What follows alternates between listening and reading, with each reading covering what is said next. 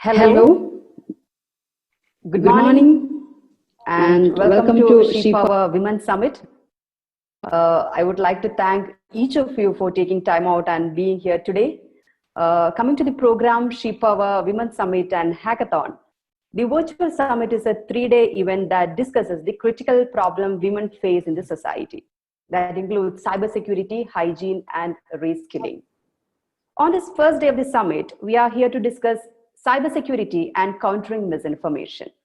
Yes, the subject is very broad, but I believe that this is the right time to focus on this area. Advancement of technology and the wide use of digital media is making attackers smarter by the day.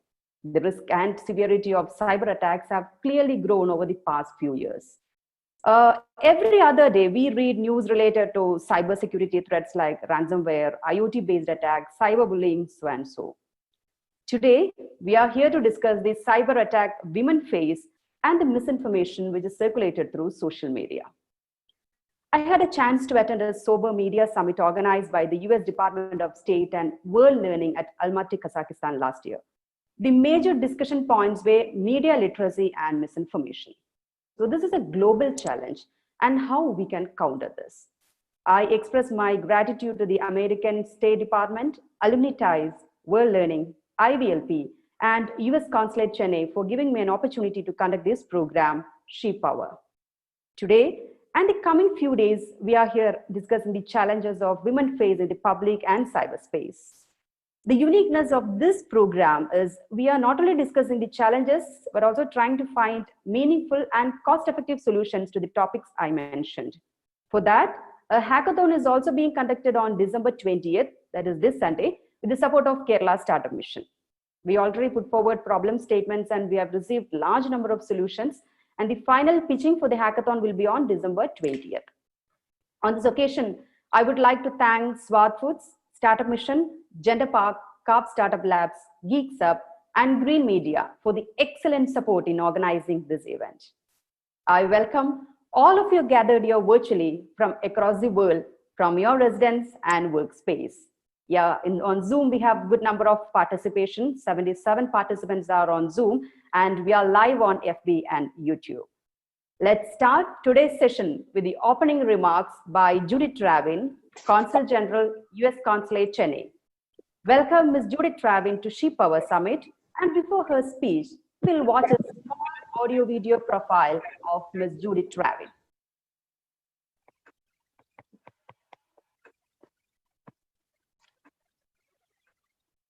The US Consul General Chennai on September 6, 2020.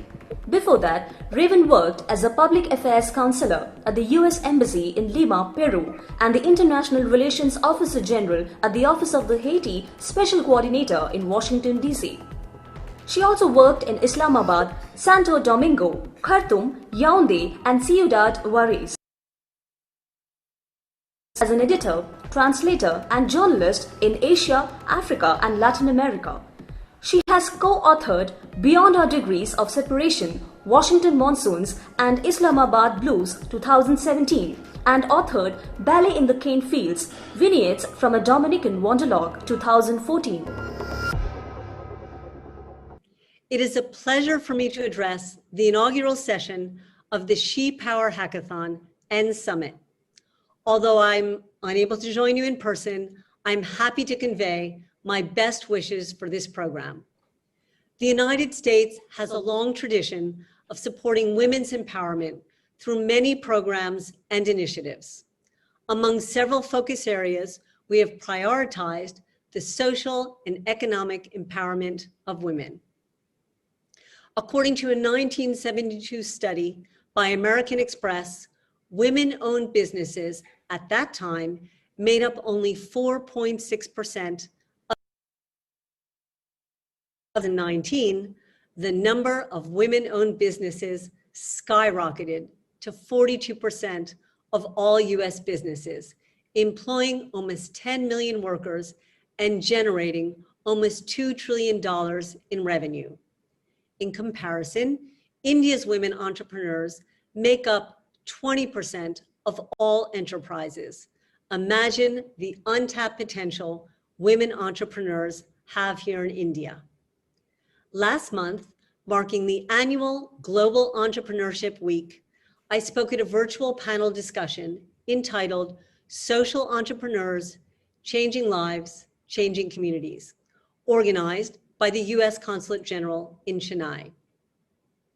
Recently, I also had the honor of addressing nearly 40 women from throughout India who are enrolled in the 10,000 Women Ambassadors program, hosted by Goldman Sachs and the Indian School of Business. Additional stories of women who are facing head-on these challenging times and how their entrepreneurial activities are a welcome alternative to traditional business models disrupted by the pandemic. U.S. Consulate General Chennai maintains interest in supporting social entrepreneurs.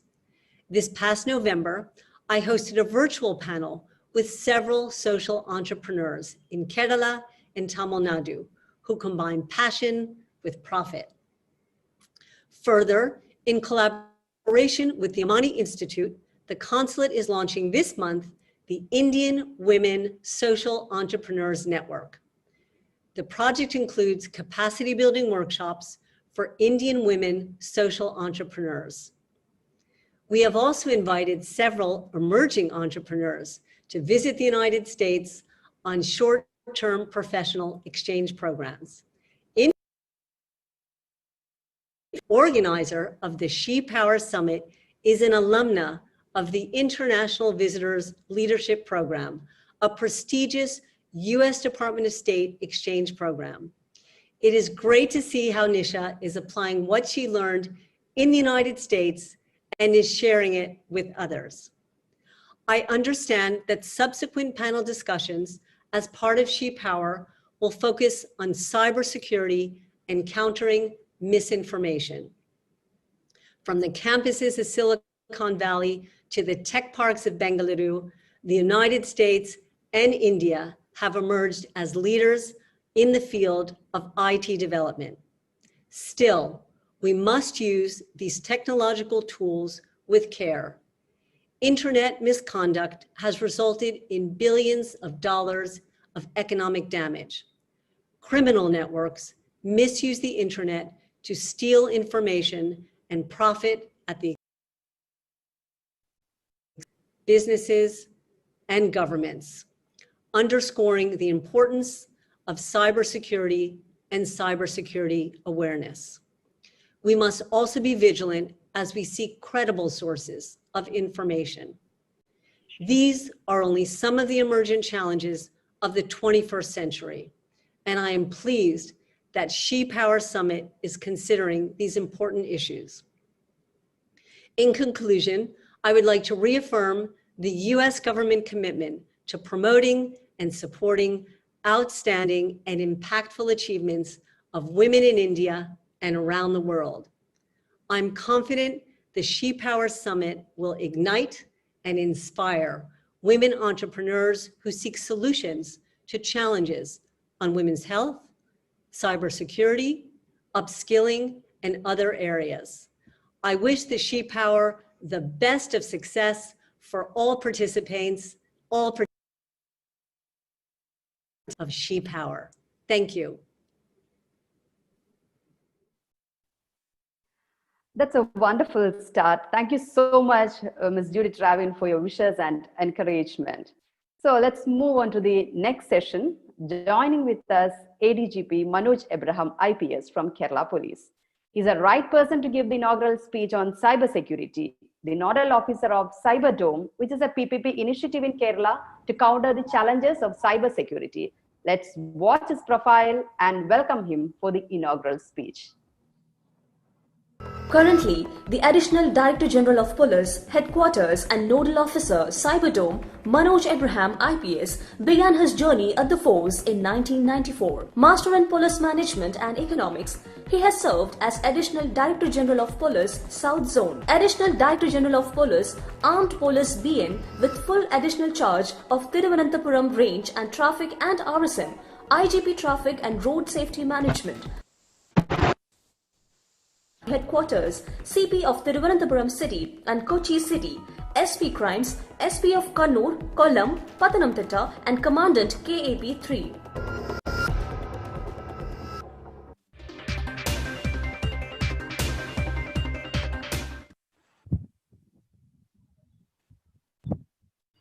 Welcome, sir, for the inaugural speech. A very good morning. It's Ms. Judith Ravin Honorable Consul General, U.S. Consulate, Chennai, and all my dear delegates of this SHIPA Summit. It's indeed a matter of great pleasure and honor to be a speaker at this important summit, the exclusive virtual summit for women organized by Chandam and in association with the American State Department. And that too on a very relevant topic of today, that is cyber security and countering misinformation. That we are presently in the post-pandemic situation. We are in a digital world which has really gone more digital, which has accelerated the digital aggregation that we have in the present times.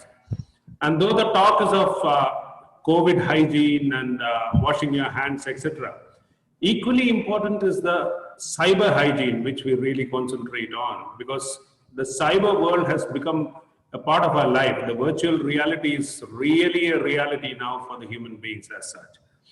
And if you look at the present times in the newspapers itself, in the last few days, few weeks itself, you will find a lot of information, a lot of attacks on great entities.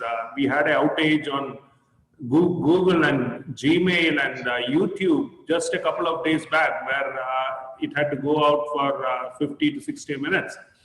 We had entities like the US State Treasury being hacked, the departments being hacked, the important company like the FireEye, which actually looks at cyber security, being hacked by hackers from various states. We have a lot of ransomware attacks in recent times. In the COVID times, we have seen crimes against women, children, going up almost 300% if you look at the figures of the law enforcement. And the situation is really very bad. And COVID, the post-pandemic situation where we have come with a lot of online features, a lot of online classes, work at home, and all kinds of features, it has really accentuated this problem. The similar problem is with the information also. And very aptly, this conference is discussing misinformation, particularly on the net. We have a lot of wrong information being floated on the vaccine, a lot of information being floated on the disease itself. And now it is not only data theft, which was one of the major crimes earlier, now it's data manipulation also. People tend to manipulate the information so that the reputation of that particular person or the company or the government really suffers in the eyes of the public. So these are some of the major problems that has come up. So what it emphasizes is basically cyber security is now one of the key major issues that we need to really look at. And if humanity has to really go forward, we really need to look at cyber security, because that is so very crucial now in the present times. And the problem with cyber security, when you talk of cyber security or securing our digital space, from the law enforcement point of view, with the crimes increasing like this, with the complexity of crime changing every now and then, the cyber criminal turning from a rookie to basically a very sophisticated criminals, and even state players actually being involved in cyber crime. And the complexity and the variety of cyber crimes have increased so much that it's very difficult for a law enforcement agency or for a company or for any women or children who are using the net to actually be safe in this world. So we really need to look at this problem. We need to really discuss this problem and to bring out solutions that can really make us secure. Now, Kerala Police has been working on this field from a few years now, because we understood this problem, that this cyber arena is going to be a problem in the future, and it has come to really pass. So we started an initiative called Cyber Dome, which is actually a public-private partnership initiative to prevent cyber crimes. Now, that's very different from the other initiatives in the sense that police generally, as we traditionally know, we are generally an organization which comes into the picture after the crime happens. If you see in the films also, the crime happens and then the police jeep comes. So basically, it's when the crime is reported to us, we come into action. But what we did in the cyber world, we understood that you cannot actually detect cyber crimes because it can be done by anybody sitting anywhere in the world. So it's very important to prevent cyber crimes. So that is where we came in with the Cyberdome concept, where we actually try to prevent crimes. And most of the crimes are basically, one of the major crimes are against women and children on the net. And that's one of the major focus areas. Now, the second great difference in this initiative is basically it's a public-private partnership initiative. Generally, all the police initiatives are generally within the department where the police officers only are involved. But we understood that in the cyber realm, it is not only the police that can play the role. It's very important that we actually tie up with the experts, the ethical hackers, the stakeholders, the banks. Everybody should come together to actually fight this menace and ensure that the cyber security in various areas are maintained to that extent. That's why this initiative has come up. We have been very successful over the past 4 to 5 years in controlling all kinds of crime.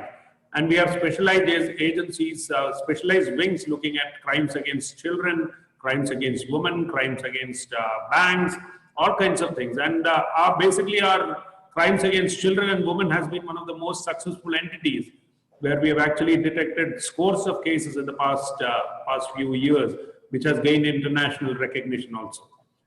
So basically, this initiative needs to be taken ahead, and we need to really gear ourselves to the new challenges that are coming up, because the nature of crime is changing very rapidly. New crimes are coming up, the complexity is coming up. So we need to really, it's a cat and mouse game, and we really need to build ourselves, make ourselves more resilient and go ahead. So what is the message from the law enforcement perspective? We always understand that cyber crime is a very difficult crime to detect, because as I mentioned earlier, it is basically a crime without borders. So somebody sitting somewhere in any part of the globe can actually do something or harass a person in Kerala. And it's very difficult for a law enforcement agency to catch that criminal sitting somewhere else. So it is basically protecting ourselves at the victim level or at the user level. That's so very important.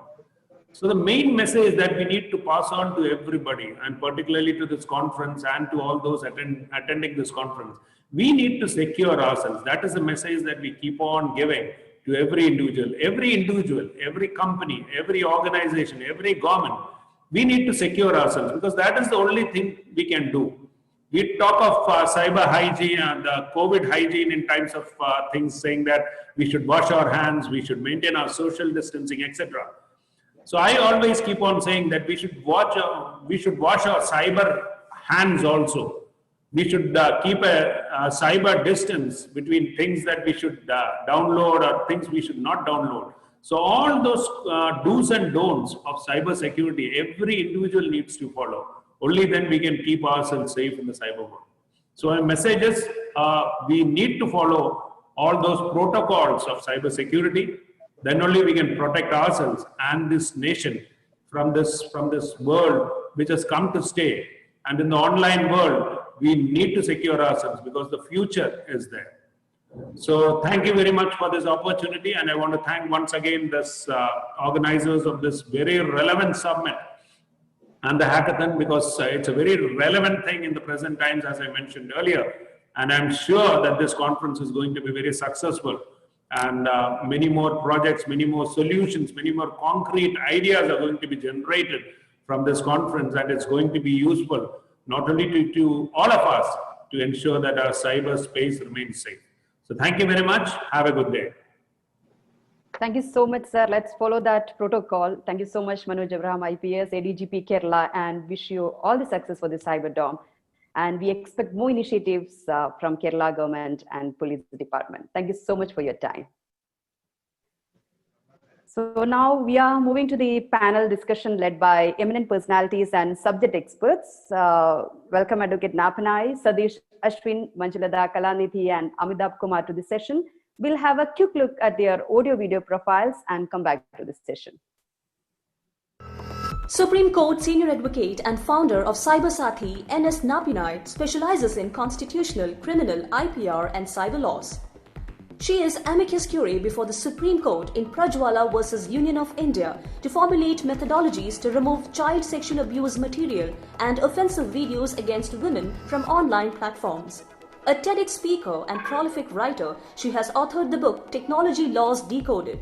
She was part of government committees dealing with policy issues on cyber laws, expert member of Tamil Nadu State Child Policy Committee, and advisor to Tamil Nadu E-Governance Agency and Maharashtra Cyber Police. Cybersecurity expert and international author Satish Ashwin is the head of research and operations at National Cyber Defense Research Centre, India, which focuses on advanced technology threat intelligence, investigation of advanced cyber attacks, research on cyber espionage, and APT attacks. The founder of the Cyber School, an initiative by World Cyber Health Organization, director of Cyber Awareness Program for Women and Children, regional head of Entrepreneurs Council of India, and core member of Recruitment Analysis Council, he researches in application security, Internet of Things, IoT, Internet of Brains, IoB, malware analysis, and threat intelligence. A senior journalist, TEDx speaker, and a beacon of change, Hyderabad-based Manjulata Kalanidhi has highlighted burning societal issues during her 18+ years in journalism. She, who admires digital media, has written on a variety of subjects such as gender issues and citizen activism. She is the recipient of the UN I-Congo Karamveer Chakra Award, JFW Women Achiever Award 2014, IVLP Fellow, Points of Light Award from Queen Elizabeth, and nominee of L'Oreal Social Influencer 2015. Amitabh Kumar, the founder of Social Media Matters, is a cyber feminist and online safety and gender rights activist. Although he studied microsystem techniques at Freiburg, Germany, his core inclination remained gender rights and online safety activism. Creator of social surfing and twee surfing, he has extensively worked to resolve online safety issues with platforms like Facebook and Twitter. He is also their advisor for the online safety of the users. More than 500 workshops on online safety held under his leadership across India were successful.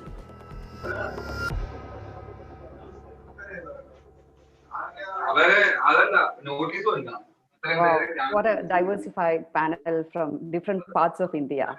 Great connecting to you all virtually. We'll start with Advocate Napanai, Senior Advocate, Supreme Court, and founder Cyber Sati. Good morning, ma'am. Good morning, and thank you for having me here. Okay, so it's our pleasure. So we are in a digital world. Yes, we interact here virtually, which is part of, again, a digitalization. When we discuss the topic digitalization, without adequate security support, there is a heightened risk in that. What ADGP pointed out, the same point. First, let's start with the concerns and challenges. How this subject is relevant today, cyber threat and misinformation. Thank you, Nidhi. Thank you, Nisha. Sorry. See, it is not like this is a subject which is relevant only today. It has been relevant all through. It's just that the relevance is more heightened, more so with the lockdown and our reliance on digital medium during this COVID phase. I'm actually quite glad for this phase, for this purpose only, for the limited purpose that what we've been trying to, the messages that we've been trying to share, the safety and security messages that we have been emphasizing have become a lot more relevant, and more importantly, it is now heard when we say it, and that is thanks to the kind of awareness that this digital reliance has brought in. So when we talk about threats and vulnerabilities, we usually segregate it in the same way as we do with general crime also, which is national threats, economic threats, and individual threats. So when we speak about she power and threats and vulnerabilities online, so naturally the third aspect, which is the individual threat, comes to the fore, which is absolutely relevant and important, that each one of us faces a lot of risks and vulnerabilities, least of all being misinformation, defamation, right? And that these are very serious offenses when it is applied to women and children. But I'm still saying that as the least of all. And the intensity of crime and the risks and threats keeps growing from there to personal harm, what we colloquially call as revenge porn, but which ideally just ought to be called cyber extortion or sextortion, and a lot more threats. But primarily, the one aspect I wanted to highlight as an opening statement is when offenses occur online, when statements are made online, people assume that there is no offense committed, right? Because everything is just virtual. It's not like a physical attack where you hit somebody or you say certain words where you can actually see the reaction of the person. So in my book, in fact, I've equated it to Lady Macbeth's soliloquy, where she never committed the crime, but she instigated a murder. And later on, when she's dreaming about it, she actually sees blood on her hand. And I have said virtual crimes are like that. You may not see the blood on your hands, but if you're doing something which makes somebody lose their life, then you are committing a murder. You are probably instigating suicide. So you are committing that crime. That blood of that person is indeed in your hands. So the first message I would want to share is, do not assume that a virtual crime is victimless. The victims suffer a lot more. The impact of it is much longer and deeper. So we need to be really careful and not do that which we would not do in person. So whilst I'm totally with Mr. Manoj Abraham and what he said about the importance of creating awareness amongst users, I have been doing this for a long, long time now, apart from my practice in this field and specialization, etc. But there is another aspect which I believe is very important, which is that we also have to educate public that what is a crime, so that if they commit the crime, they have to fear the consequences. They have to understand that every action does have a consequence. They can be caught, they can be penalized, and therefore this aspect of deterrence, which is otherwise missing when you do not know that something is a crime, when you are not aware that you can be caught, that aspect needs to also be equally emphasized, again, as a preventive measure. We are not just talking about punishment later, but even this awareness about what you can face as a criminal is very important. And I feel that this is the narrative that is missing, unfortunately, in today's discussions. So I would love to emphasize that. And the final point in my opening statement is, people have to understand that online crimes has a financial impact. They are not only talking about the economic impact to companies or large corporations here.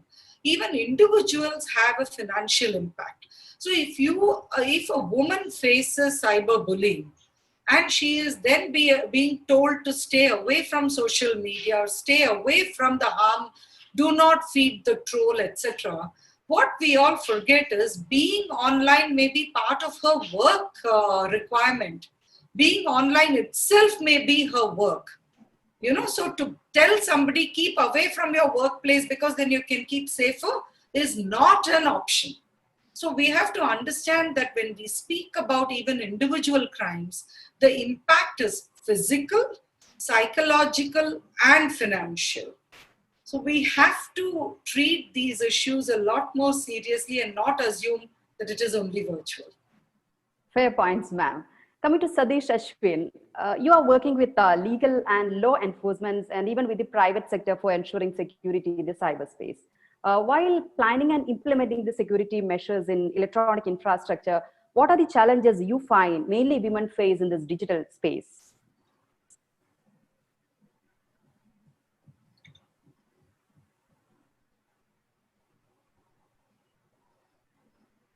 Question to Satish.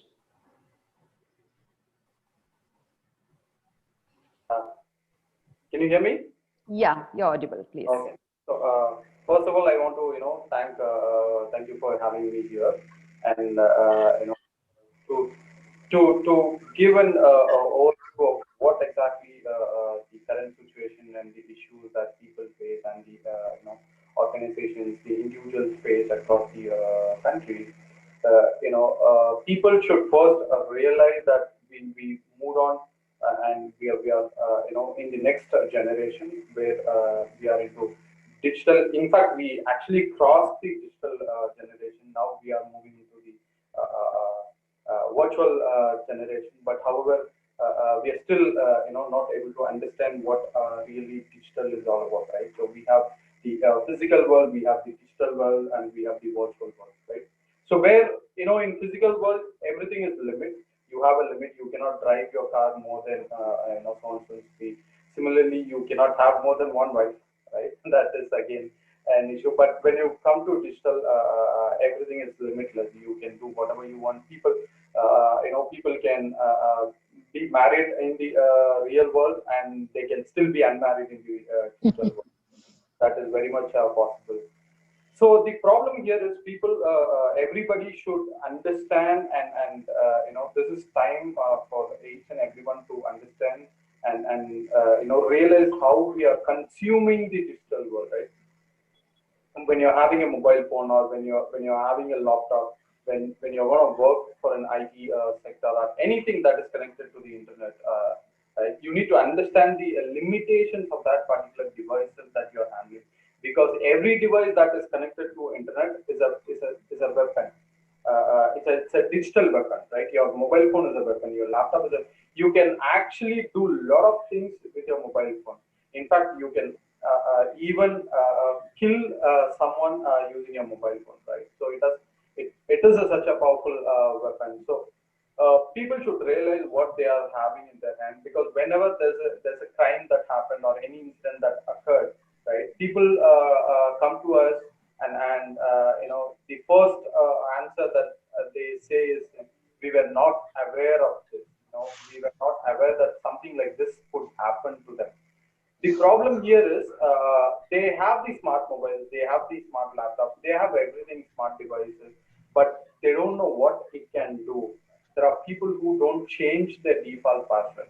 Many of the houses, they have CCTV cameras, but nobody has changed their default password till date.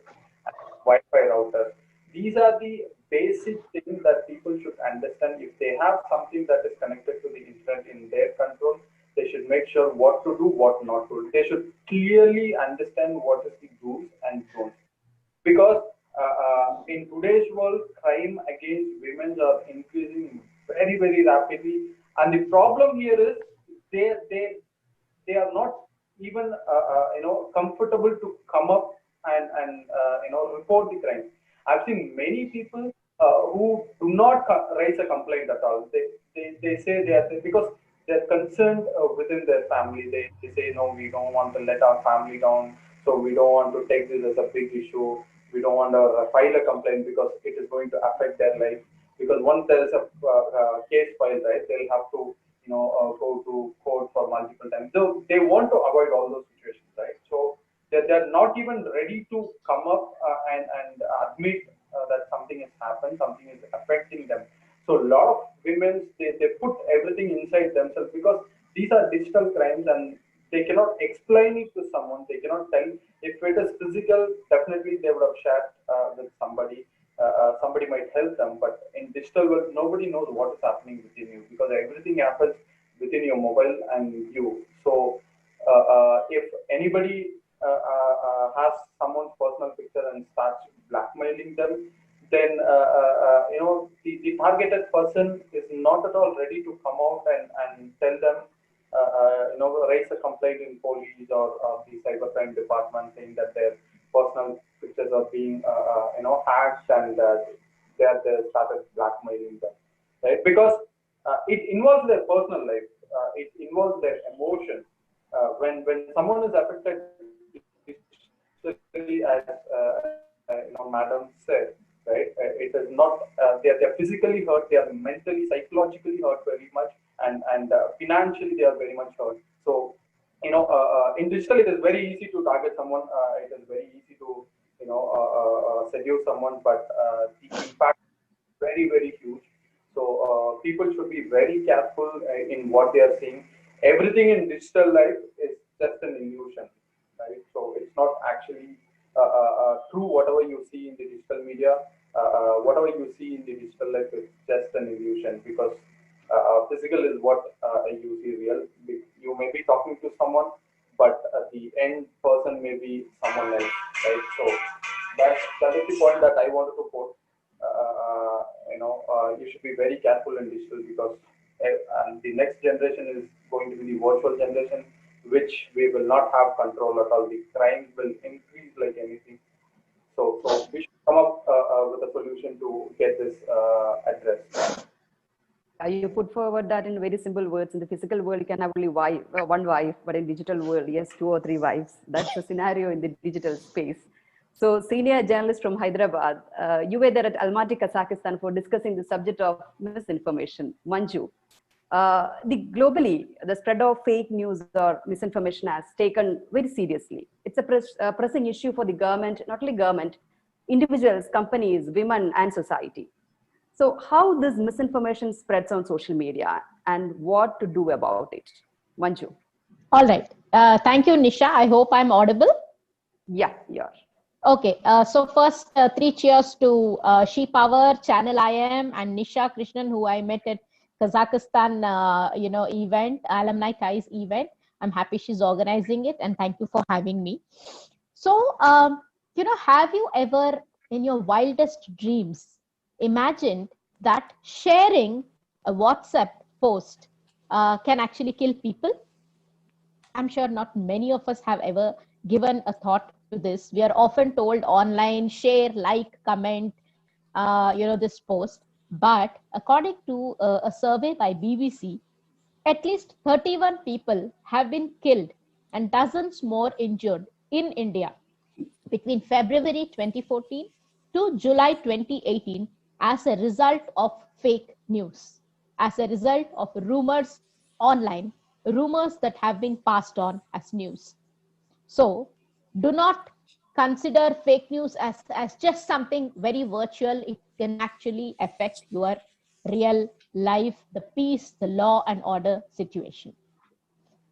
Recently, so my battle with fake news is at two levels. One, as a media person, I'm not only, previously we used to be scared of just our boss, our colleagues who might point out errors, maybe a grammatical error that might creep into your newspaper. But today the battle is bigger. Today I'm also scared of a fake news that could undo all the research that I have done, which is why the pressure to be there with the correct authenticated news as media persons has increased. I'll give you an example. About 3 months ago, during the COVID-19, when of the COVID-19 has been since March 2020. So I think around the month of August, there was one particular WhatsApp post. It was also there on Facebook and Instagram. Everybody started sharing a post which talked about 25 numbers you could call if you want, plasma, the plasma blood for COVID-19 treatment. So this post got so viral, Nisha. Everywhere you went, you would find this particular post. And when I actually, one day I thought this is amazing, 25 numbers in one go, how useful is it? I actually, like the journalist in me, woke up. Although I did not need blood at that point of time, or I did not know anybody who needed a plasma, an injection of plasma for treating COVID-19. I started calling up the numbers, and you won't believe that of all the 25 numbers, almost 22 could not even be reached. I tried calling up the number. It would be a dead number. It would say this number does not exist, or I would just not get connected. The couple of numbers that I got connected were all wrong numbers. So this is the state of affairs. Imagine somebody actually got hold of this list of numbers. They have an emergency of a loved one. So this is the kind of things. Do not believe things just because somebody has shared. So how do you deal with this? How do you deal with fake news? So as a journalist, I took the trouble to write a story saying that this particular viral thing, and it went as a Bombay list. People in Hyderabad started sharing it. People in Kochi, in Tamil Nadu, every single place. I wrote the story primarily to say that stop sharing this particular post because it's false. Do not create trauma for people who are in need of plasma blood at that point of time. So that is something that I did from my end. But typically, how do people know what is fake news? Because until and unless you know fake news, you are probably not going to stop sharing it. These days it's so very, very easy to be able to share fake news. So these are some 5 very, very simple things that I can tell you on how to identify fake news. Okay, First, so yeah, please continue, Manju. yeah. So how much time do I have, Nisha? I just have 5 points Yeah, to you make can very. you can just continue. I mean, Yeah, okay. So there are very simple 5 things that you can all follow. First is, don't just read the headline and share it. We have this habit, we find something interesting with smartphones now. Everybody wants to be a breaking news journalist. You want to make your post very, very interesting. You want to make your feed full of spice, as somebody who always is in tune with the latest news. So a lot of times this happens, especially in Twitter, because Twitter is so easy to share, and also in Facebook. Unlike maybe in Instagram, it's a little more tough. You need to like share it as a story and things like that. So whenever you are sharing something, first, don't just read the headline. Please read a little below, understand what it is, and only then share it. Recently, Twitter introduced a new feature in which before you hit the retweet button or share button, it gives you a small nudge saying that, why don't you read the story? Here is the link. I thought that's like a brilliant game changer in counter fake news. And trust me, there are times where I read the piece and then I'm like, oh no, this is not what I want to share. That is one thing. So when you read something, please take 2 seconds more to read what it is.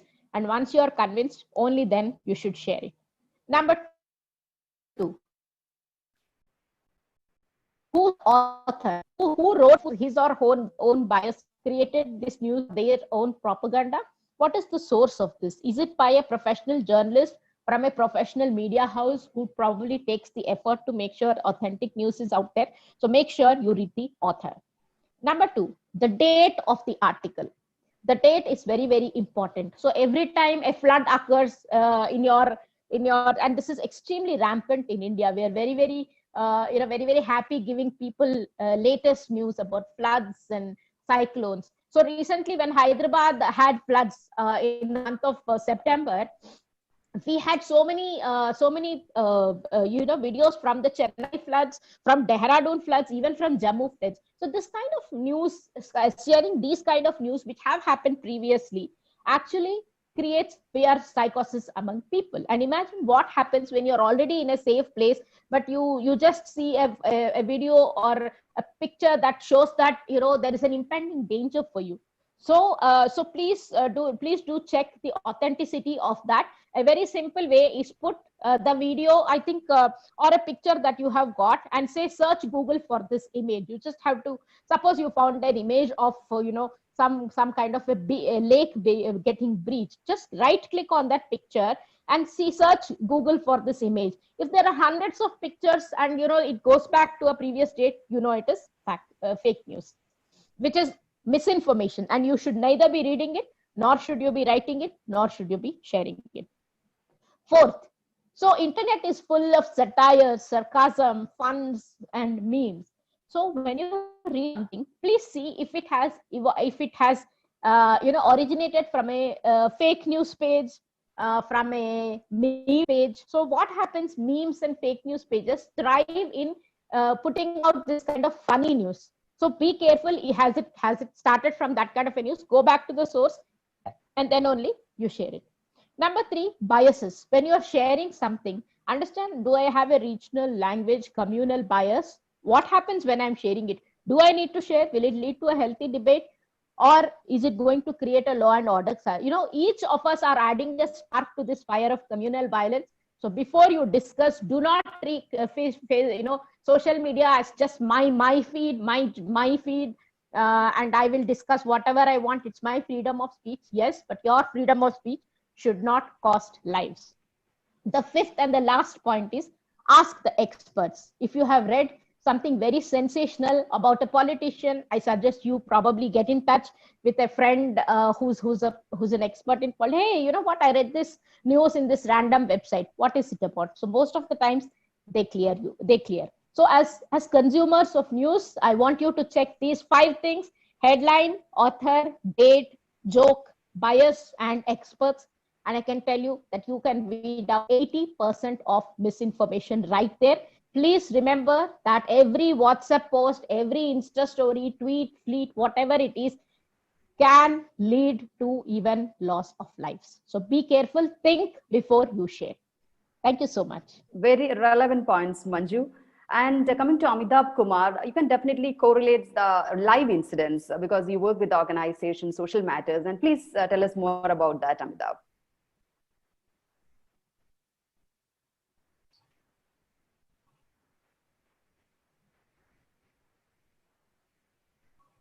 Amitabh? Good, great. So thank you for having me on this panel, and I just want to echo what the speakers have said. And Advocate Napinai is inspiration for us all. Ma'am, you're fighting a great battle, and we hope something extremely positive comes out of it. And I think what Mr. Ashwin and Ma'am Kalinidhi said is it's totally true. And something which Mr. Ashwin said just really made me wonder. You can kill somebody with your mobile phone, but you don't even need a license or any sort of an age to own it. Let's just think about this, go back in reverse. And India is a country where you need a license for everything. To ride a scooty, to drink alcohol, you have to be 25. But one of the most powerful devices in the world, we hand it to 2-year-olds. And most of the parents are very proud that my child can skip ads on YouTube. So that's the space we are coming from. Something that Ms. Kalinidhi said, I totally agree with it. Only issue on the ground is where we work is that there is only news. And most of the people in India don't even know that there's a concept of fake news. So we don't even know that this major epidemic of information exists. That's part one. Part two, cybersecurity. I mean, working together with these large tech companies, we handle cases on a daily basis. And just like it was said earlier, there might not be a major financial loss that we can calculate, but there is a major human loss. There is a major emotional loss. A small case of cyberbullying of a child in class 2 might lead them to commit suicide at the age of 18. One picture of yours, and this is not even a naked picture, a picture of yours with a cigarette in your hand or a beer bottle in your hand might lead to you never getting a job or never getting married. These are realities of our country. Only issue is who takes the responsibility. There are major laws protecting most of the powerful companies. There are major laws protecting most of the internet service providers. Similarly, with the people who create the hardware. So currently, India finds itself in a space where the citizen, the consumer, has very few practical protections. Yes, you can go to the court and there will be an extensive case, but tell that to a 13-year-old from a small town, and it is not a reality they want to face. But creating a social media account or creating an email takes only 3 clicks. But removing your private picture from that same place will require a court order, and you would need an advocate and you would need an FIR to get it done. We need to start looking at who is internet serving. Is it 11 white men in America? Or is it the large population across the globe? What about parents who are completely lost about online education? You know, the dream of digital India is beautiful, but it's actually a nightmare for parents. They do not even understand what their children are doing on the phone. Till March this year, we were telling children to stay away from the phone, stay away from the laptop, stay away from the tab. But now, because of their education, they are on the phone, on the tab, on the laptop for 10 hours, 8 hours at a stretch. So situation on the ground, and I take a good example from one of my experiences in Germany. I was a part of this committee which was deciding on data speed and prices. And of course, being an Indian, I pushed them to have high data speed and low prices. All the Germans told me in one sentence, you cannot give technology to everybody without awareness. That is why we'll keep the data slow, we'll keep the prices high, and we'll give people time to adopt. Giving every farmer an online account does not make their life simpler. It makes them vulnerable to cyber attacks because they do not understand passwords and OTPs. Similarly, in a situation like India, just like ma'am was saying, women are told to stay away from the internet. Growing up under some great feminists, we were told the same story 25 years ago, where women were told, don't go out on the streets. Before that, it was don't go out of your home. So we need to make sure who is the technology serving, and that is the only question every stakeholder needs to add. Because no matter what the large tech companies tell you, and I work with them and I have a lot of respect for their creativity, but they are businesses. And businesses are run for one motive, which is profit. And that is where all of us come in, the stakeholders like advocates, lawyers, cybersecurity experts, journalists, who need to serve the people. So a lot of power to She Power, and a lot of respect for you to bring together this amazing panel. And the focus, what we need to bring is on awareness, on capacity building, and ensuring that our courts, our technology, and our police is only serving the citizens of this country. And that has to be the priority, which I think sometimes gets lost in the glitz and glamour of the high-tech world. It is attractive for information. It is extremely entertaining. But like Satish said, the threats of the cyber world are real. The human trafficking, the drug trafficking, the murders, the rapes, the unsolicited private images and videos which are going around. This is serious crime, and we need to do a lot about it. That's great, Ashwin. And Advocate Napana, we have almost discussed the challenges and problems. But when we come to how to control, that's the next question. So we live in a democratic country. We talk more on liberty and freedom of expression. So when we try to control certain things, specifically affecting a mass community or society, there is a big question over there. What is the real definition of, freedom, liberty, or how to control a social media?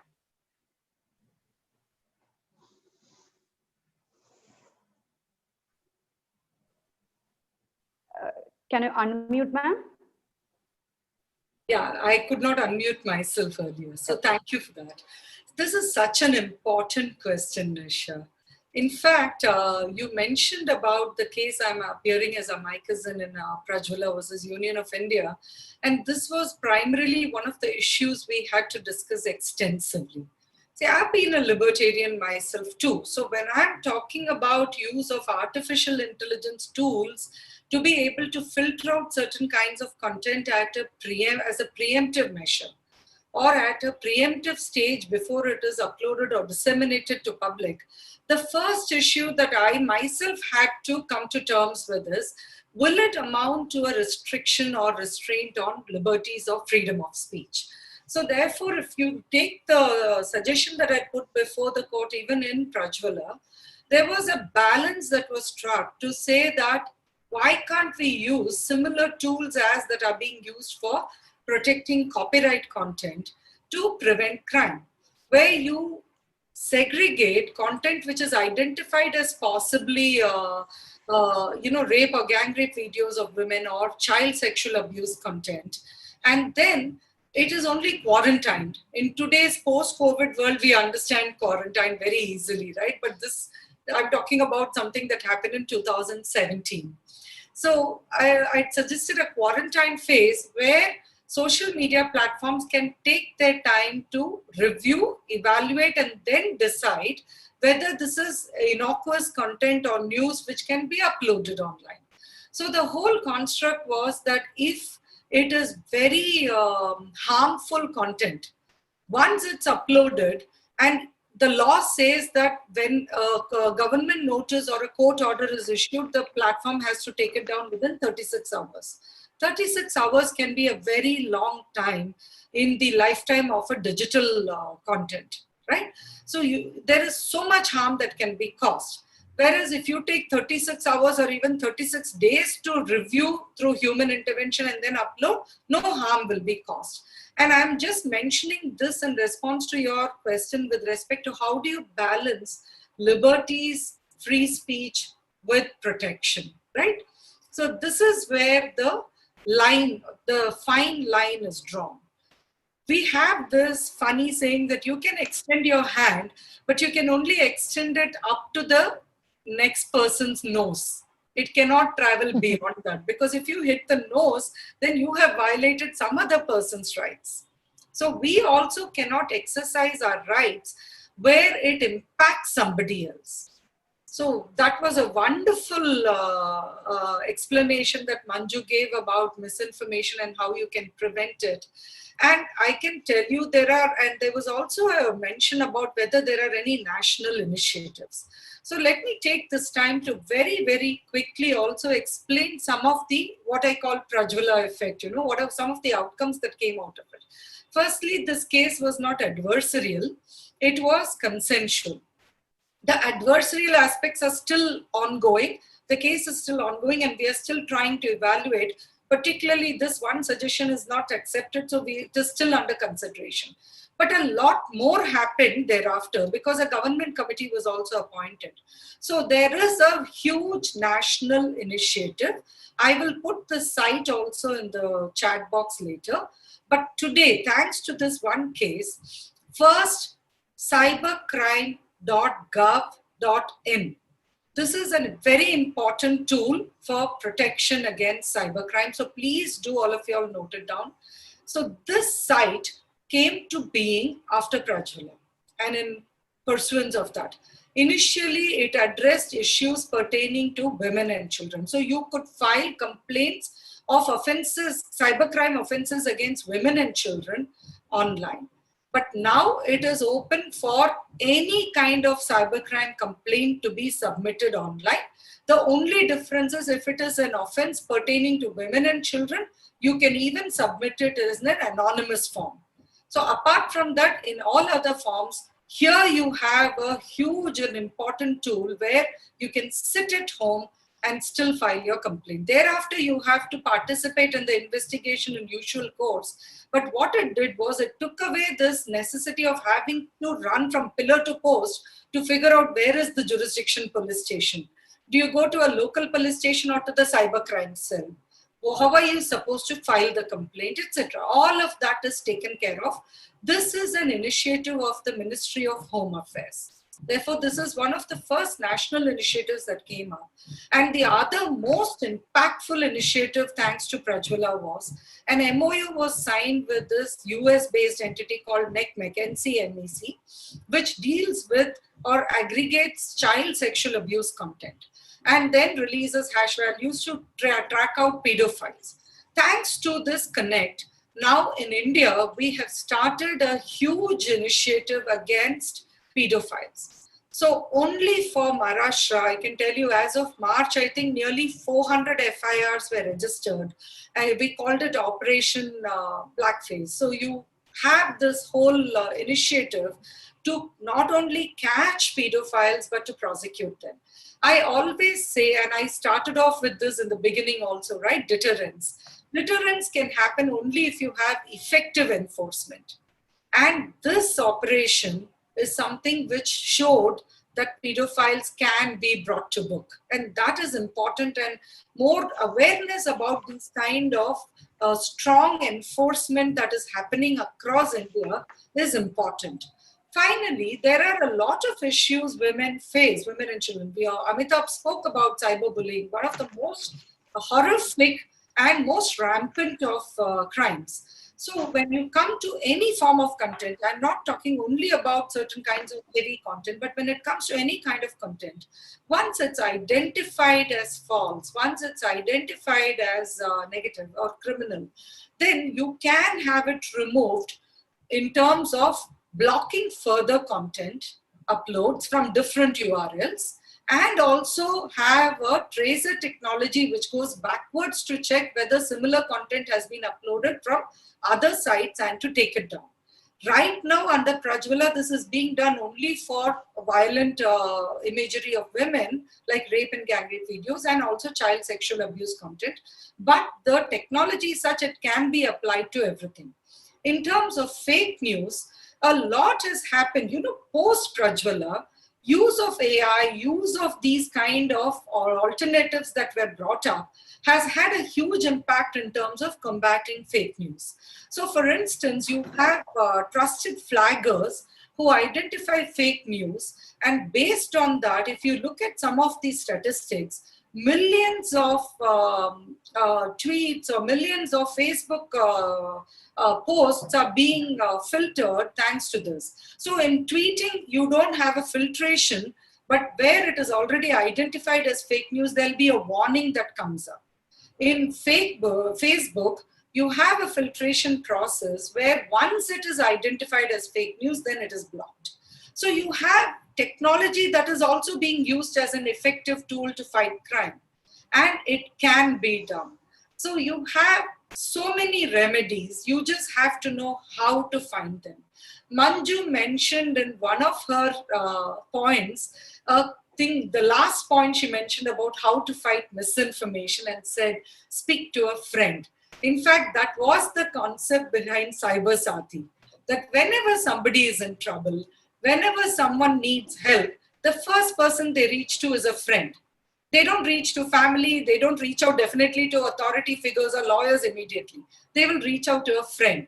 So for that friend to guide you properly, for that friend to not give you misinformation and probably land you in more trouble, right? So the concept of Cyber Saathi was you have to be a better cyber friend. So when a friend, you have to be a better cyber friend for yourself, to protect yourself, to know your rights and how to get your remedies. But when someone else approaches you also, you have to know it better. How do you get your rights, and how do you know what is fake, what is right and what is wrong? And that's why Cyber Saathi was set up. So do also visit cybersaathi.org. I'm sure there will be many, many questions after this session in all of your minds, and hopefully you will find some answers and solutions also probably on the site. That's really informative, ma'am. Participants can note that website, cybercrime.gov.in, and it's really happy to see that the activities of Cyber Saathi. And a little bit more on your activities, how you empower the society through knowledge and encourage responsible technology to ensure safe digital usage. Very shortly. Yes, thank you so much for that, Nisha. Yes, so the whole idea is that I've been speaking about cyber safety and also conducting capacity building training programs for judiciary and police, etc. But I realized that the primary stakeholders for the internet or the digital domain are its users. So it's very important for users to know what are the threats and vulnerabilities, what are their rights and what are their remedies. And to that effect, what Cyber Saathi has been doing, and especially during this COVID time where there has been a huge spurt of cyber crimes, particularly financial crimes like these OTP frauds that were mentioned, etc. What we have initiated is we have programs that run for children in terms of creating awareness and understanding and how to combat these kind of issues, gender-based awareness programs. Then we are also a think tank which involves in policy making, so bottoms up and top down. So we ensure that information about cyber awareness percolates down to the grassroots level. So one of my earliest sessions was not just for students, but for villagers in this place called Tonk in Rajasthan. And special thanks to Banasthali Vidyapeeth for organizing that program. But thanks to that, we were able to carry the message of cyber safety right down to grassroots level users. And I think one of the speakers talked about that. You are enabling farmers with, data and devices, but you're not ensuring digital literacy. So ultimately, Cyber Sati is all about digital literacy, and through that knowledge, to empower them to be peer mentors. So the construct of Cyber Sati is to be peer mentors who will be aware themselves and protect themselves and also protect others. And the last message that Cyber Sati carries also is what I told you of deterrence. It just doesn't tell women or children the do's and don'ts. It doesn't just talk about best practices, but it also carries forward the message to possible culprits. So many times we have heard youngsters, children are goaded on by other children, their peers, by saying, oh, you can't hack this system. You don't know enough to do that. You don't have the guts to do certain things. Dares. So let me just see whether you have the guts to go and maybe propose to a girl, etc. Right? So we have seen this. We know the impact of it even when it happens physically, but when it happens digitally, the harm can be much more wide. Something that may be done thinking, by a child, thinking it's just a dare, it's a prank, or it's just something which is funny, as you rightly pointed out earlier. So all these things can actually convert themselves into criminal acts online. India is a very young nation. We don't want a nation full of criminals merely because they did not know that they were committing a crime. So that's the primary message that Cyber Sati takes forward in terms of how people, that is youngsters, should not inadvertently also commit crime. They should know what they should not do so that they can prevent themselves and others from committing that. Yes, as you said, youth is our strength. And Sadish, we have discussed about this misinformation, cyberbullying, but how lack of awareness in cybersecurity make them prone to malware and ransom attacks and so on? How can a person be safe online or to protect one from cyber attack?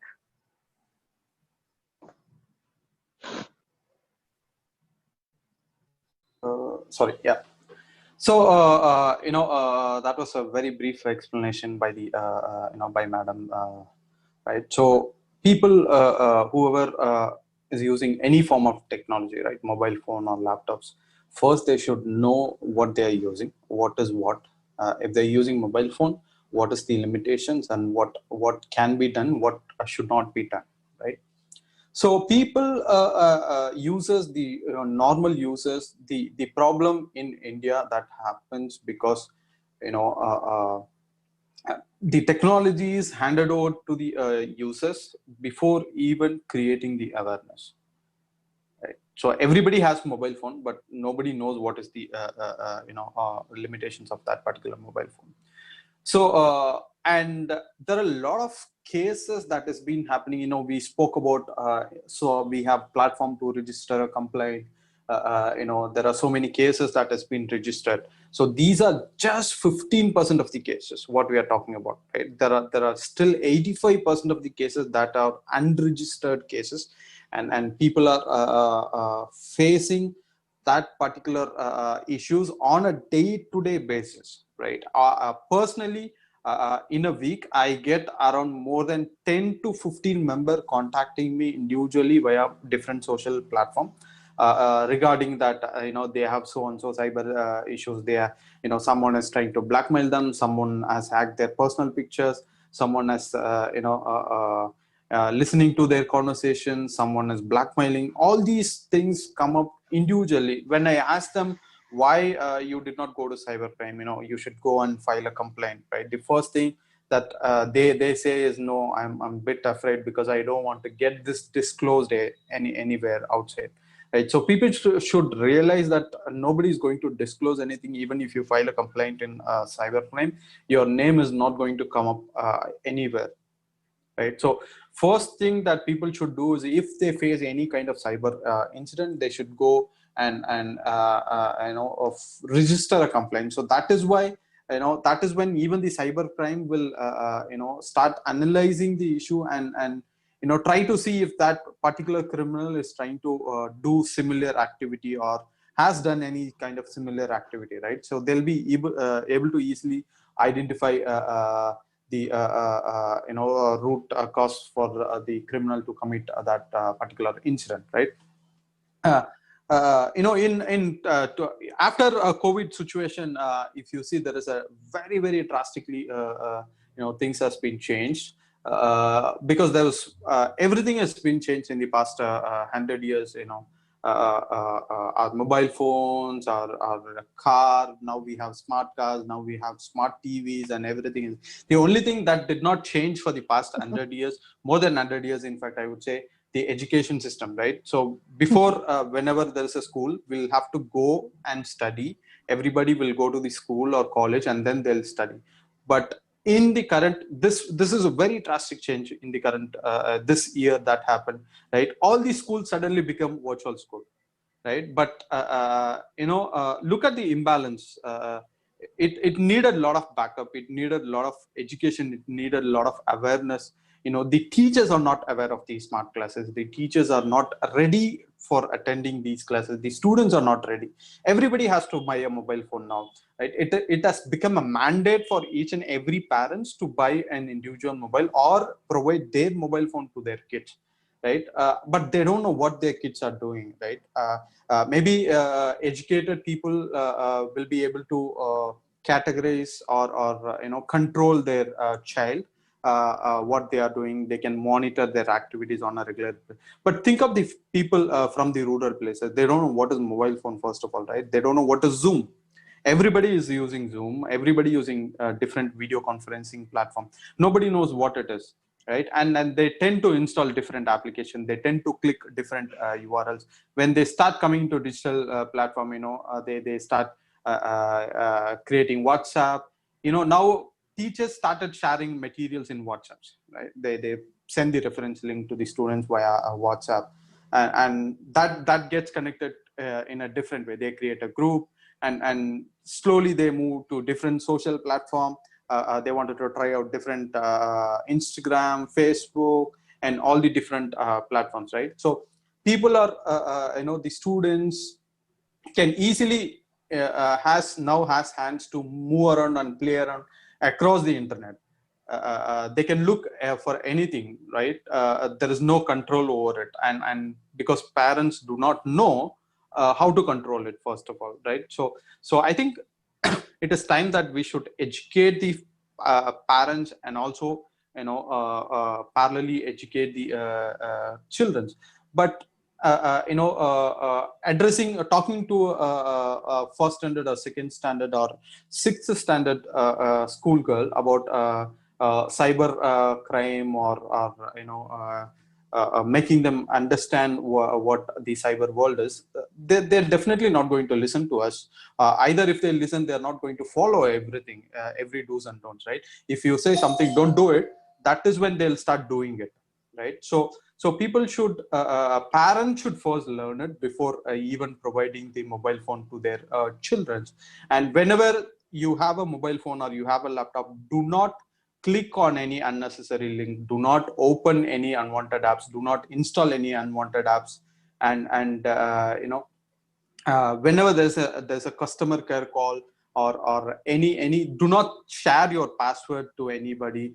First of all, do not convert your physical emotions into a digital life, right? I've been hearing this news, getting this complaint for a very, very long time from many people across the country. Many women's, many college girls, many school children contact me saying that, I have sent a picture, my personal picture, to someone, and they are now blackmailing.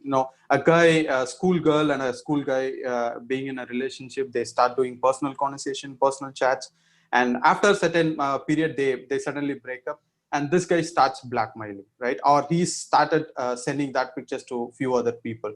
So that is when this girl emotionally gets affected, and because she's just a school kid or a college girl, she cannot convey this to their parents, or she cannot talk about this to anybody, and she commits suicide. So we have faced so many cases like that. So whenever you convert your physical emotions into digital, be very, very careful, because you cannot always, even though if you're sending to the known person, you're not sure, you're not 100% sure that the only the person that you're intent to send is opening that message or seeing that message, right? So we have seen cases where this girl has sent a picture, and at the end, he and his friends together watched that video and pictures, right? There are cases that happen. Even though you know the person, do not send anything digital. Do not first of all, take your personal emotions convert into digital. If you convert it into digital, it will be there forever and ever. Once your digital physical emotions are converted into digital, it can never be erased. It will be there in the virtual digital world forever, and at any point of time anybody can see that. So make sure whatever you do in your digital presence, maybe people cannot see it, but it will be there. It will be available for even after your death. Your digital prints will be there forever for people to see. So whenever you do any kind of activity, make sure, maybe people do not know what you're doing, but everybody will know at any point of time. If you think that all your pictures are safe in WhatsApp, if WhatsApp gets hacked and the attacker leaks all the personal data in the internet, then your data is in the public, right? Similarly, if you think you have iPhone, nobody can hack it.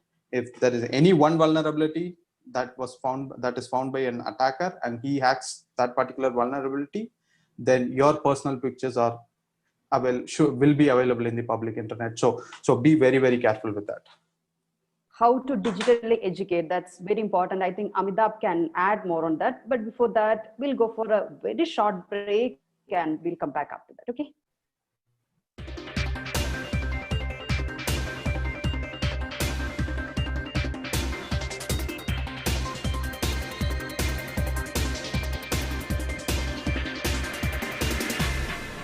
She Power Virtual Hackathon and Summit in association with US Department of State, Alumni Ties and World Learning. Title sponsor Swad Food Products. ദിവസവും രാത്രി കഞ്ഞി വെച്ച് കുടിച്ചാലും മതി. ഒരു നേരെയെങ്കിലും നല്ലത് കഴിക്കാലോ. കീടനാശിനി വിമുക്തമായ സ്വാദ് അടാട്ടുമട്ടയരി. നല്ല ഭക്ഷണം തന്നെയാണ് നല്ല മരുന്ന്. Execution partner Kerala Startup Mission, powered by ChannelIM.com, supported by Gender Park, Carve Startup Labs and Geeks Up. Event support Green Media. Okay, welcome all. Coming back to the discussion, Amitabh, we are discussing about the digital education. So certain websites which are insecure might request personal info from youth, something which young users often fall victim for. The lack of proper or strict cyber law introduces a youth to foul language, adult content in an early age. So how can we put a control over that? We need to educate the students very seriously. How we can include this in our curriculum or syllabus? That's a big question. Yeah, totally. I think curriculum is the big word, and many states, many schools, as well as the CBSE and the NCRT are working very hard on creating this curriculum. Only issue with cyberspace is it moves really quickly. So what you create, if we go through the old system of going through various channels of getting it approved, by the time it is approved, it has already become outdated. But still, there are many positive efforts being made by the ministry at the central level and many state ministries as well. We have had the privilege of helping NCRT and CBSE in the same space. The other aspect is large-scale awareness campaigns, which have thankfully been taken up by many banks, by the RBI. The only issue, because we work a lot with school children and college children, is that sometimes we forget to focus on the most important part, which is the why. Why are children online is something we need to realize, and we need to make them realize. Otherwise, something which has become extremely popular nowadays is doom scrolling, that you're sitting on the screen and you're just tapping it away while it refreshes again and again and again. and you really don't know what you're searching for. Your brain is entangled in these amazing visuals and sounds, but you stay far away from it. As far as, and this is what we tell them in every workshop of ours, your new friend, your new website, your new app, your new game, be very clear about the why. And if they're asking you for information, think, why are they asking for my Aadhaar card? Why are they asking for my father's mobile number? Why are they asking for my car number? These questions are extremely important to be answered at a young age, because on the internet, everybody is an adult. There are no children, because the parental controls are limited. Most of the information is not fine-tuned for children. Me as a 37-year-old and my nephew as a 7-year-old, we view almost the same content. We play almost the same games.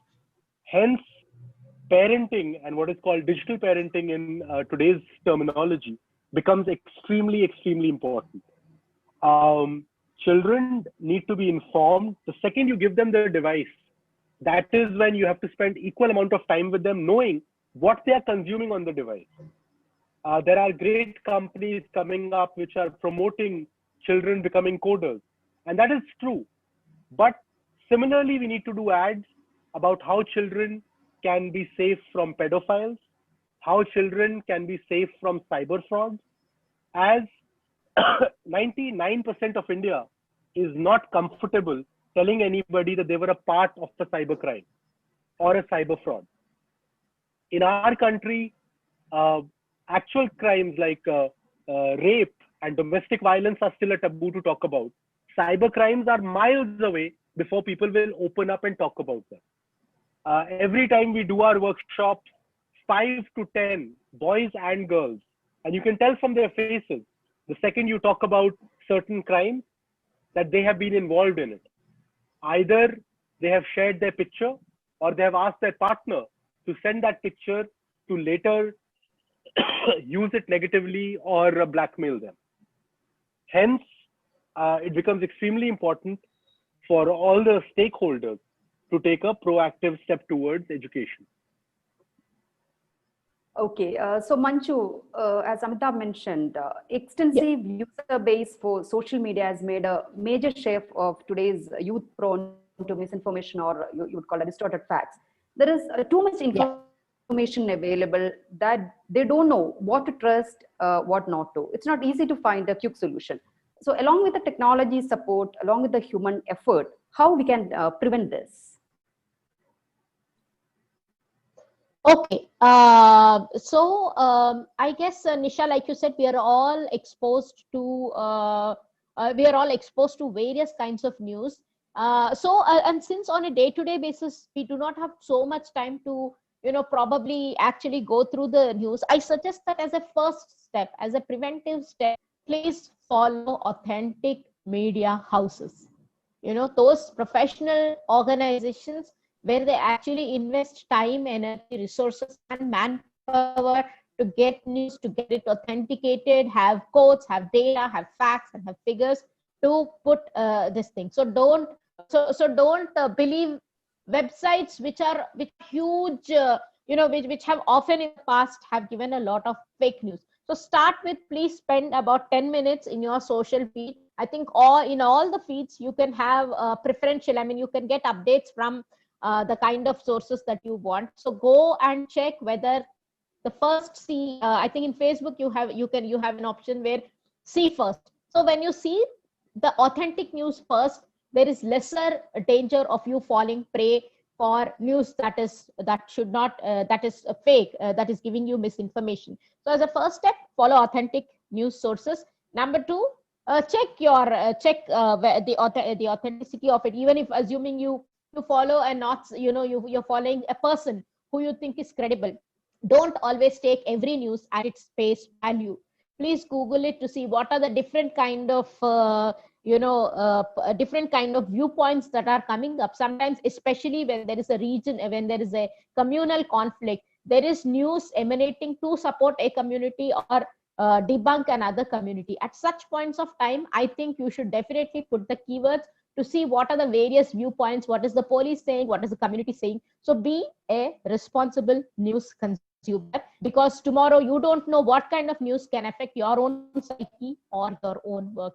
So as a reader or a consumer, you must be, just as you consume food and you're careful of what calories are going, is it oily, is it hygienic, please do the same thing with food. I like the top cop from Kerala had just said, follow safe cyber protocols. Thank you. Okay. So, Advocate Napanai, you are the one who look into the legal aspects. Not only the legal, you also know social, political impact of both cyber and misinformation. So, what we need to take care, how we can use the digital platforms responsibility, especially to the youngsters. There is an assumption that if it's a do-gooder message, then you have to share, right? That's the first step.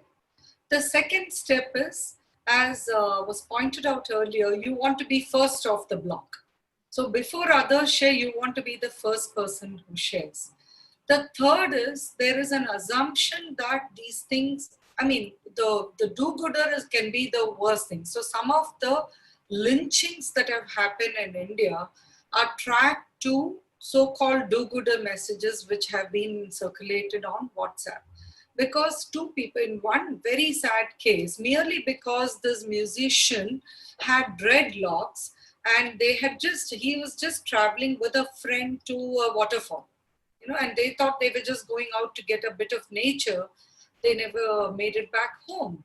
So here was a situation where rumor is started as if the person is a child abductor, child kidnapper, and then as they travel, the news travels. So they leave from the place where they had gone to see the waterfall, but on the way they are caught and lynched. So these kind of impact from misinformation is something very important to know.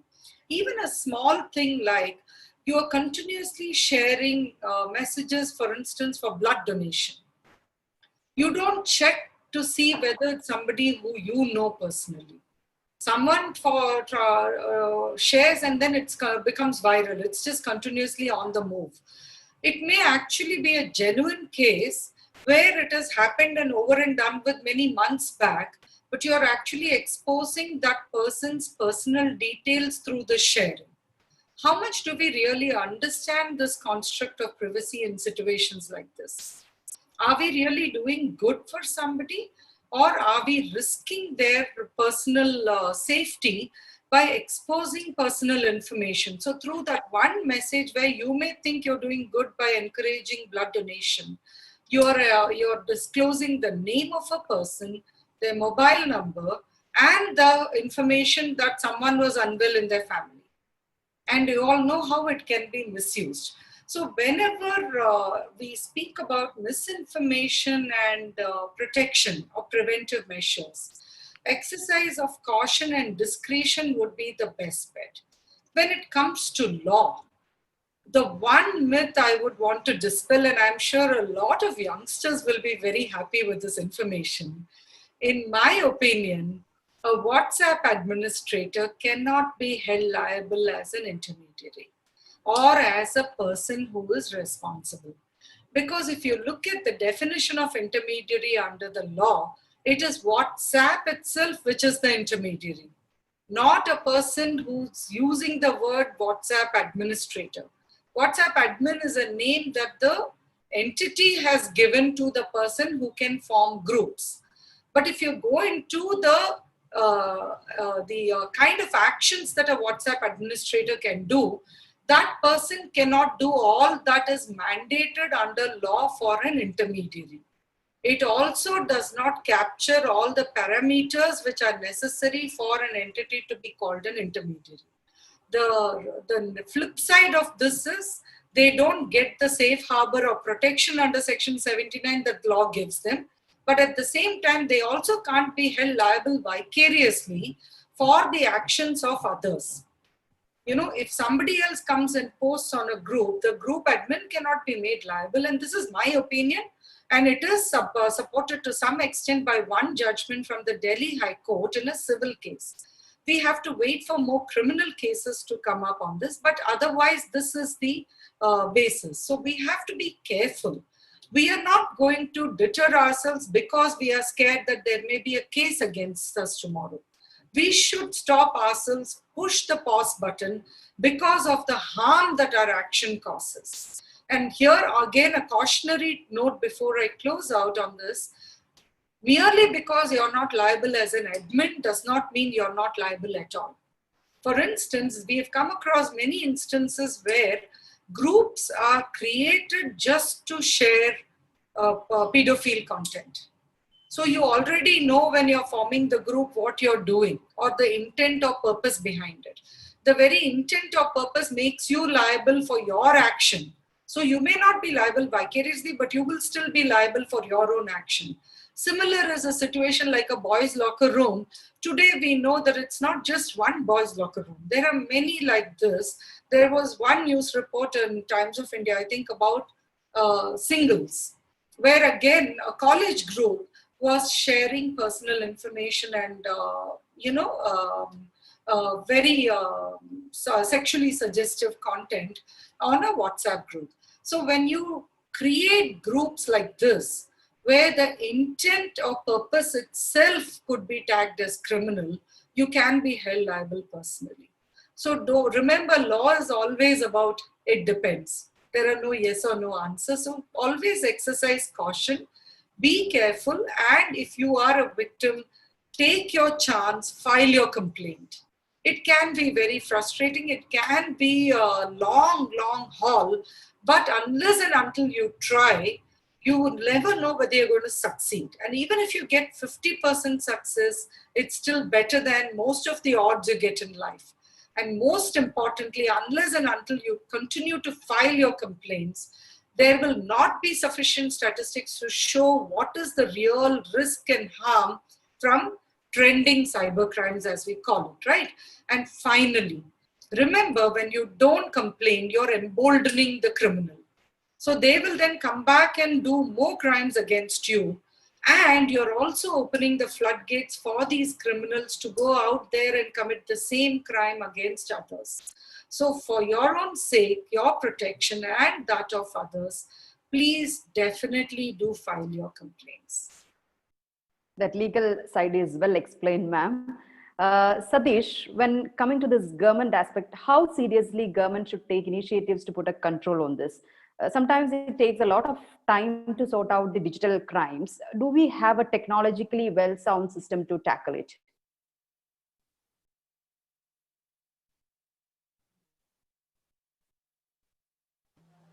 Okay, yeah. So, when speaking about how fast or how well the law and the legal enforcement agencies can address the cyber crimes, right? So, if you take the today current digital world, the time and the technology that the law enforcement has is very, very limited, right?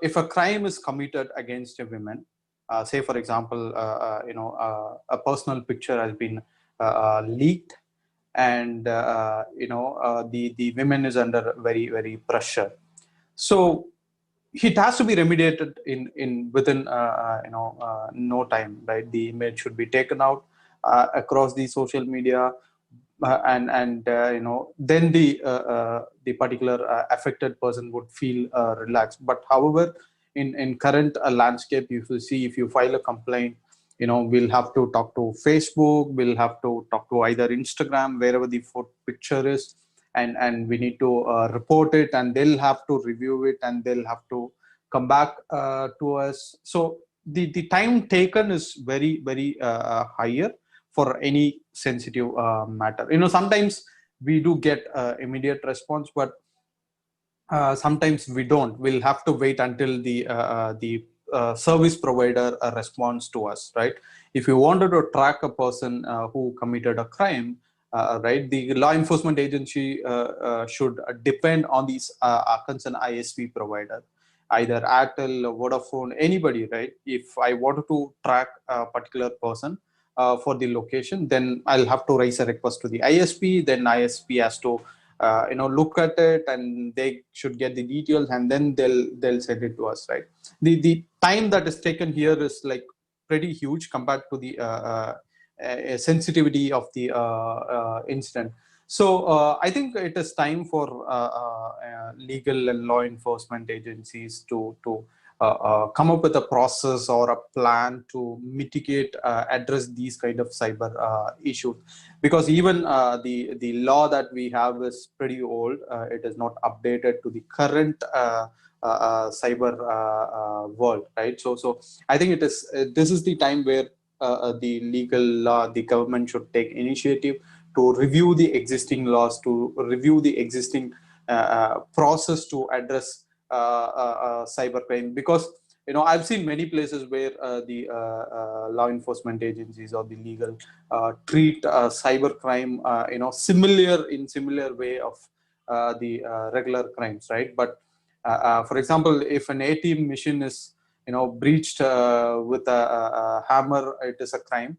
If it is same way, if it is done via a laptop, it is a cyber crime, right? There is only a minute line between cyber and the regular crime, but that has a huge difference, that has a huge impact, right? Because when you hit with a hammer, we know who hit, but when you do with a laptop, nobody knows who did it, right? So the technology, the law enforcement agency should get adopted to the advanced technologies, should look at different software, should look at different forensics tools, for example, and come up with a process to address all the cyber crimes. Because this is my feedback that I've heard from many women and many people, right? They as soon as when I ask them, why did you not go to cybercrime, they immediately say this is very practical. You can hear this from many people. They immediately say that cybercrime department is not taking our complaint, right? That is a common statement that I keep hearing from many people. But we cannot blame cybercrime also. Even they have very limited resources, they have very limited technical, they have a lot of technical limitations. As I said, right, if a picture is uploaded into Facebook, then the law enforcement agencies should wait until Facebook responds. As per our culture, off nude picture is not okay. But when you go to US or other countries, it is okay. It is not. When we reported a similar picture, this family is very orthodox family. They don't want the off nude picture. But when we reported it, what Facebook said, this is not inappropriate content. This was their comment. But according to us, according to the family culture, it is an inappropriate picture. But according to Facebook, it is not, because they totally different. When you talk to Facebook, they are based out of Ireland. They obey only to Ireland law. They do not obey to Indian law. They do not immediately respond to Indian agencies, right? I think it is time where we should also put and control to all these third-party agencies such as Facebook, Google, any agencies, right? Where we should have a control, where if something goes wrong, there should be someone who is accountable for immediate action items. Yes, I think we'll continue this panel discussion after this Q&A session. Now it's time to open for the questions. We had almost 94 participants in the beginning, and it's almost 72 now, because it's almost 1 o'clock lunchtime. So let's open for the questions now. Participants, actively you can ask questions.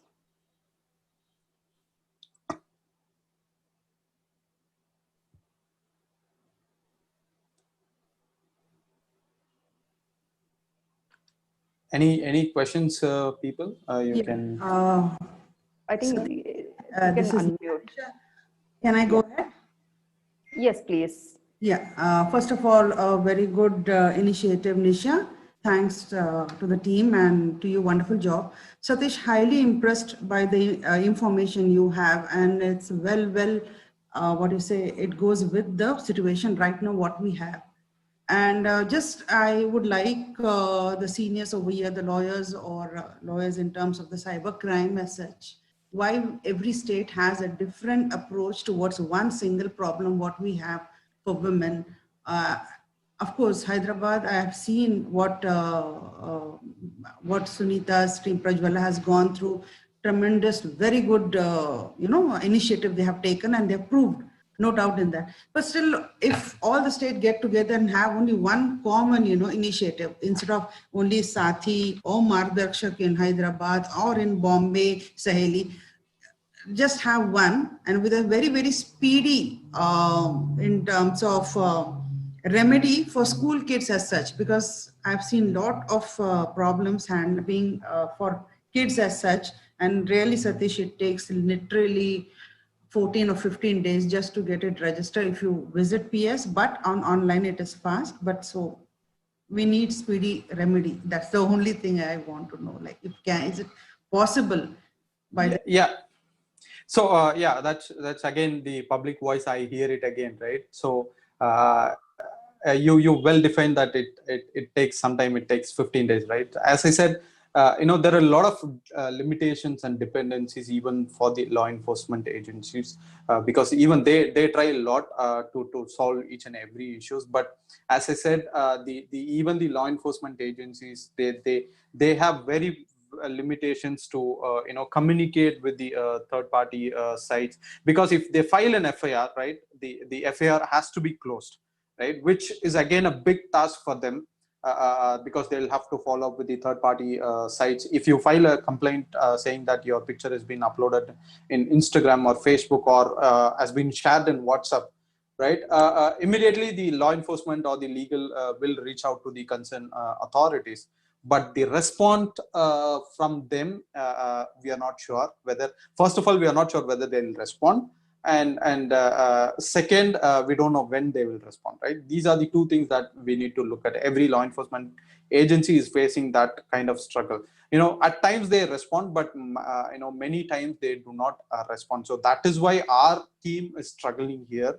And it is not that they don't want to do it, is a limitation from the third party applications on these sites, right? So, which I think definitely, even our Prime Minister has said that a new cyber law will be formed. They are going to form a new committee for all the cyber related stuff. But parallelly, I think we need to include cyber security in the education system as well. It should start from the school kids. I think that is something which we should do from our side. As a normal user, I think it is time for us to educate our children about the digital world, while the legal law and the government agencies, look forward and fight against these cyber crimes. I think down the line, we can definitely expect that all these issues will be addressed as fast as it has to be, based on the issue sensitivity. Okay. Thank you, Satish. Thank you, Nisha. Yes, we'll go to the next question. But can you just make the questions a little bit precise and short, because we have only limited time. So we'll move on to the next question.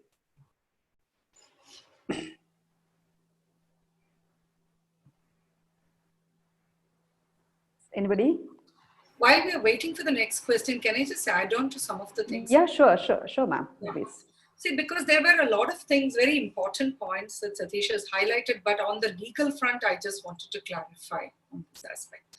Firstly, there are remedies. The first point is, again, another outcome of Prajwala was, earlier when you complained about content online which could affect you materially, you did not have a specific button. It went under a generic button. So they don't have the wherewithal to keep checking the millions of complaints that come in very speedily. So the change that was done through this case was a specific button was introduced for things like sexually explicit or suggestive content that impacts women, like rape and gang rape videos, etc., and child sexual abuse. So the minute it became a specific button, intermediaries also will act faster, or that is the assumption, right?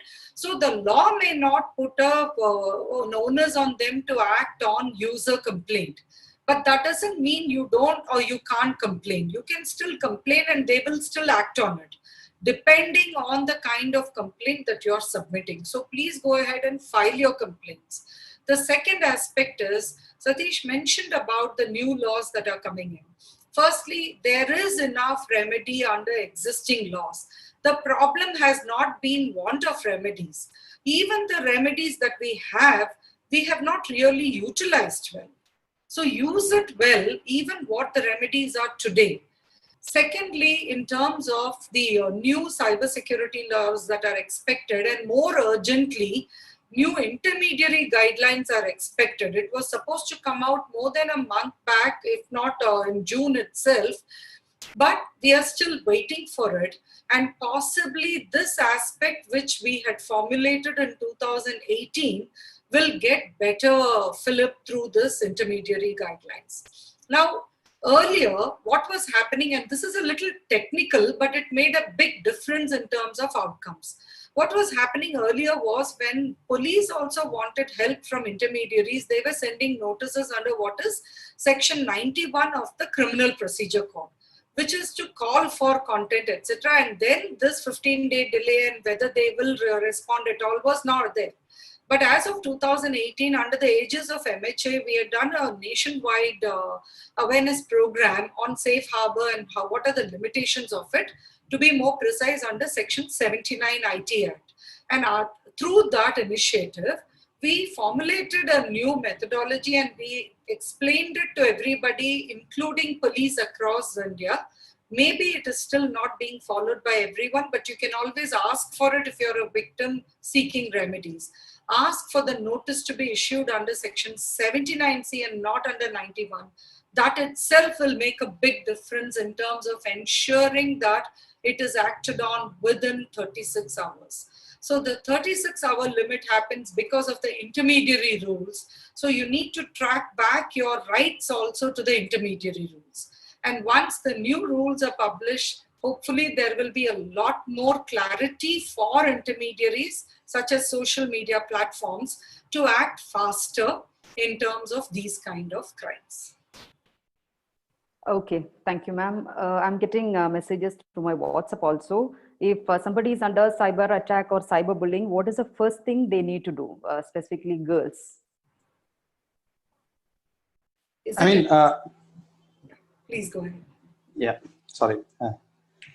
So, if it is a crime against any woman, if they think that they are being targeted, first they should do is, they should talk to someone. They should, let that there is something that is happening, that there is something that is affecting them, right? And the next thing I would suggest them to definitely talk to the local law enforcement agencies, and unless until you register the complaint, there is nothing that can be done. So you need to first of all immediately talk to the agencies, because they will definitely help you out. Do not do any other activities. Do not think that it cannot be solved at all, right? Every issues can be solved. So if you face any issues, if you think that you're being targeted, if you think that you're being the victim, just talk to the agencies, or talk to the experts. There are a lot of private cybersecurity consultants and legal advisories, right? So you can talk to them. Let them know your situation. See, we have the saying, right? You should always be truthful to your doctor and advocates, because they are the one who is going to save you. Similarly, you need to be truthful to your in current world, you need to be truthful to your cybersecurity consultants, because they are the one who is going to save you from the digital world. So even the cybersecurity consultants are also kind of doctors for you, where they are going to look at your issues and they're going to solve it for you, right? So you need to first of all bring this outside and let them know that you're facing the incident. Okay, so Amitabh, you can add more on that. You need to leave now, I know that. But a few quick tips to brace yourself against cyber threats or bully or misinformation. Yeah, certainly. I think one of the spaces, like Sir mentioned, we have our online safety hub, where you can anonymously reach out and ask for advice.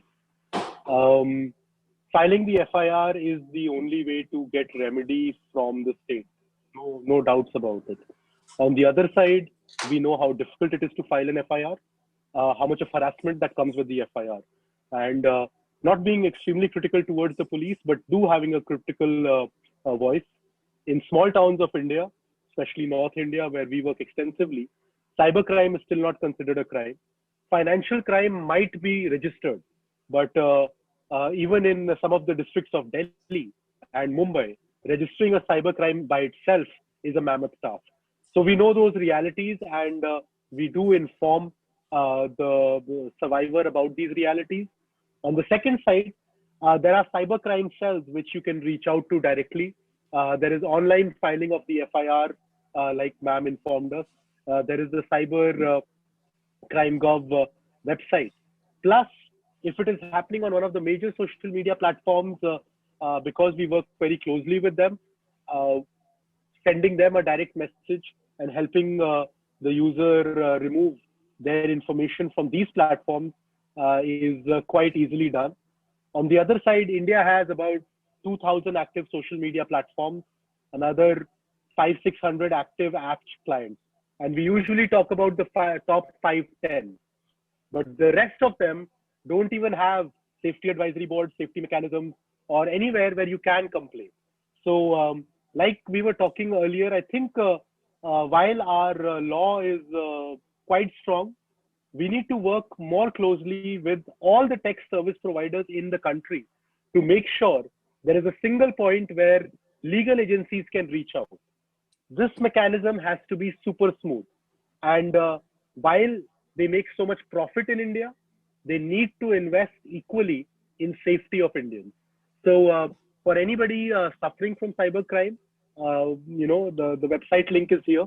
Similarly, we also have partners across the country who are working on providing solutions, on providing counseling, which is actually the major aspect of it, and also the legal steps and connections to lawyers who actually take up these cases pro bono. So there are lots of good people in the system as well. But precaution is much better than cure. So that would be my advice to everybody, to be safe and to maintain the cyber hygiene, which the officer earlier spoke about as well. Thank you, Amitabh, for providing that information. So let's move on to the next question. Hello. Yeah, please. Yeah. My question is open to the panel because recently the section 118A of the Kerala Police Act, it receives severe backlash from the social media community, despite it being, despite it being against making defamatory post or the social media post, like instigating defamatory content, a criminal offense. So do you think the current the awareness programs that we have are up to effect, or what can we do more in this subject? In fact, I've written extensively on this. You can just go on to my last article on shethepeople.tv. I've written on this particular aspect very briefly. There was a new provision introduced under Section 66A of the Information Technology Act, which was extensively abused in the name of cyber defamation. So your question presupposes that there is no criminalization of defamation, which it's. You already have a defamation provision, a criminal provision under Indian Penal Code. So if somebody defames you, whether it's physically or in paper, print, or online, you can invoke those provisions, Section 499 and 500 IPC. Nothing stops you from taking action under that. So what exactly was the problem with 66A and now 118A Kerala Police Act? This is the problem. When you file a complaint under 499 and 500, it is what is called as a non-cognizable offense. You may have heard the colloquialism NC police complaint, right? NC stands for non-cognizable, which means a police cannot take cognizance of that case. You are expected to file the complaint before a magistrate, and the magistrate will issue a summons, which also means, more importantly, that police cannot arrest based on 499 and 500. Now, 66A was for dissemination of malicious and scary or alarming, messages which can cause alarm, offensive messages, etc., amongst other things. Firstly, the section itself was open-ended and was inviting trouble, and it was just waiting to be struck down. Now, when this whole issue about cyber defamation becoming as if it is something different from defamation, and with a lot of political abuse particularly, and in the light of two young girls being arrested in Mumbai, in Maharashtra rather, one for putting a Facebook post and the other for liking it. That's it, right? Just for this, they were arrested. In the light of that, a public interest litigation was filed and before the Supreme Court of India, and the Supreme Court struck down Section 66A in 2015 itself in Shreya Singhal versus Union of India. As of 2018 also, this section still continued to be used by police. Therefore, PUCL filed a public interest litigation, and again, the Supreme Court issued directions telling giving instructions to the government to ensure that every district court and every police station in India will know that this section has been struck down. Now, when Section 118A is being introduced by the Kerala Police Act, the same possibility of abuse came to the fore. We could also easily argue that 66A was meant to combat cyberbullying, and in fact, many cases were filed. Because of its abuse and because of the strike down, even cases filed for cyberbullying and cyber stalking got struck down.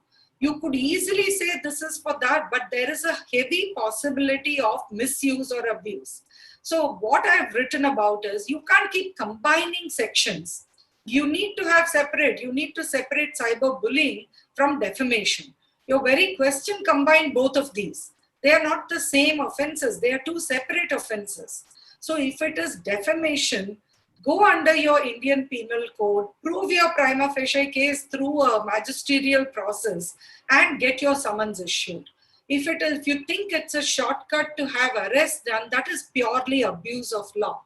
And therefore, there was a backlash against 118A also, and therefore it was pulled back. This actually leads back to Nisha's question a while back about free speech and liberties. Here is a situation where abuse can lead to scuttling of free speech and liberties, and that's why the court has come down very heavily, even on the parent provision, which is 66A.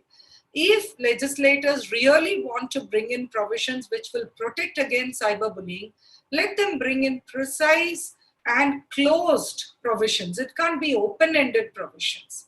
And if it is defamation, if you want to convert defamation from a non-cognizable offense to a cognizable one where a police arrest can be done, it has to be evaluated in the context of the free speech and reasonable restriction clause in Article 19, including 19.2, right? So we can't just jump in and say, suddenly we will change the equation to make defamation amenable to police arrests. That is the main reason why there was a backlash, and that is the main reason why it got struck down.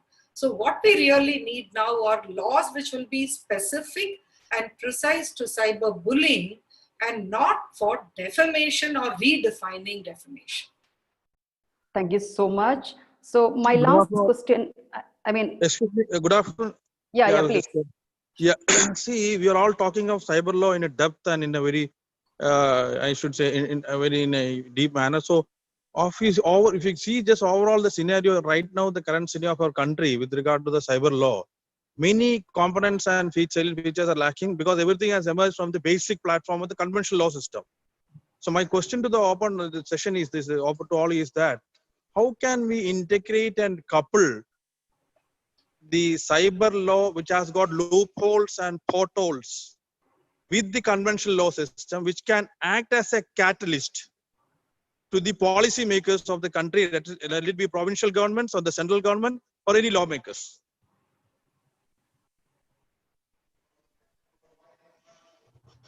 I think Advocate can answer to that. Okay, so I was just waiting to see if you would like to post it to somebody else. I'll give a very brief answer and leave it to the other panelists also to come in. There is a fallacy in everybody's mind that, when we talk about cyber crimes, it's only those offenses which are there under the information technology law. That is not so. When we talk about cyber crimes, you will be applying legacy systems, legacy laws, along with these special laws. So where the special law provides specifically, you will apply those provisions. Where it does not specifically provide for it, it is open for you to look under general law. So Indian Penal Code can also be roped in to address cybercrime issues. So do not assume that we are actually looking at these two as parallel lines and therefore we have to evaluate whether they will converge or not. Even today, they are already converged. Even today, you have to read both general laws with special laws if you want the correct remedies. But in this convergence, what is the issue is not the law. It is that we are using legacy systems to combat new age and technology enabled crimes. So when we use legacy systems, that also needs upskilling and upgrading. And that is the exercise that has been going on over the last 20 years. There are definitely pitfalls. Nobody can shy away from that. And no one can argue that we have not had a fair share of problems in terms of implementation or enforcement of even the existing provisions. So that was why I was emphasizing that we need to upskill and upgrade our legacy systems. If that is what is going to be applied continuously or continue to apply for cyber crime, whether it is the old laws or the new laws, if we don't upgrade that, then it is not going to help us, right? So we really need effective enforcement today, and that's what all of us should work jointly in terms of, and in coherence and, in a cogent fashion to ensure it. Okay, Manju, do you want to add anything to that? Very quickly, we don't have much time. So actually, I myself have Manju, there is some problem. Yeah, you're not audible, Manju, please. Is it I think there is now? some network issues. Yes, I'm to see, but I am not able to reach. Yeah, it's okay. It's okay. So before winding up this session, I would like to point out one more question to Satish. Satish, how we can make use of this challenge, because every challenge is an opportunity. In the Indian business market, there is a boom for cybersecurity services and even product companies. During the lockdown, we have seen cyber attack on big companies also. So how startups can leverage the vulnerable situation in the cyberspace? Because we are going to conduct a hackathon on December 20th. One of the problem statement is cyber security. So how can you make a comment on that? Yeah, I think, as I said, cybersecurity, 10 years back, it was totally illegal. Now, cybersecurity is one of the leading profession and leading growing industry in the world, across the world, right? So there are a lot of startups that is coming in India where they are trying to solve the cybersecurity issues across the globe, right?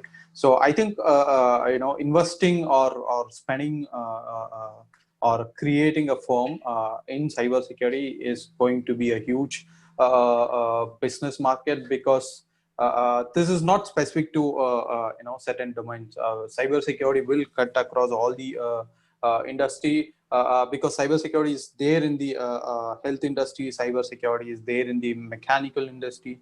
So this is the only industry that will cut across all the platforms, because it should interact with the doctors, it should interact with the mechanical people, it should interact with the civil engineers, right? So this is the industry which will have to focus for all the domains across the globe, right? So this is one of the top growing leading industry. But again, there are a lot of AI algorithms that is being built, AI related security software that is being built to solve the cyber security issues, right? So now AI is also combined with cyber security products for the markets to play. So I think this is something very niche domain and niche skill that people can focus and because there are a lot of startups that is being funded recently in cybersecurity domain, since this is one of the growing market in the globe. Thank you so much, Sadish. Thank you, everybody, for making this session really productive. Nisha, I have a quick question for. See, I have seen so many people. They given what are the opportunities we have and what are the suggestions and advices. Everything I've seen. The one basic thing is why can't the central government increase our sheep power in police department? So we can increase their crime, and also I know, you know more benefits than me by increasing this. Also in Telangana we have 33% of sheep power, but why can't other states are not even following that? So yes, we'll put forward this suggestion to this police department also. I think ADGP is not right here now for the panel discussion he has left. So that's really a good suggestion. We'll definitely note it down. Thank you so much for that. Thank you. Okay, so it's time to wind up now. All the speakers, thank you for making this session really productive. Thank you for taking the time out of your busy schedule. Thanks, Sri Manoj Abraham, ADGP, Advocate Napanai, Manju Kalanati, Sadish Ashwin, and Amitabh Kumar for making this session fruitful. And thanks, US State Department Alumni Ties, World Learning, US Consulate Chennai for this wonderful opportunity. Thanks to all the participants. That's really great participation, and you all shared good comments also. That's really awesome. So tomorrow we'll meet here with a new subject, reskilling of women after COVID. So please do join us at a sharp 11 o'clock with a new panel and with a new subject. Thank you so much. Thank you so much for having us here, Nisha. It was an amazingly well-organized session. And special thanks to the US Reach Outreach Program also. They are in fact supporting a lot of our initiatives for school children, for creating cybersecurity awareness among school children, parents and teachers. And as an IVLP alumni and a Stanford CDDRL alumni, it gives me great pleasure to be part of this session today. Yes. Thank you for this. Thank you. Thank you so much. Thank you, Nisha. Thank you.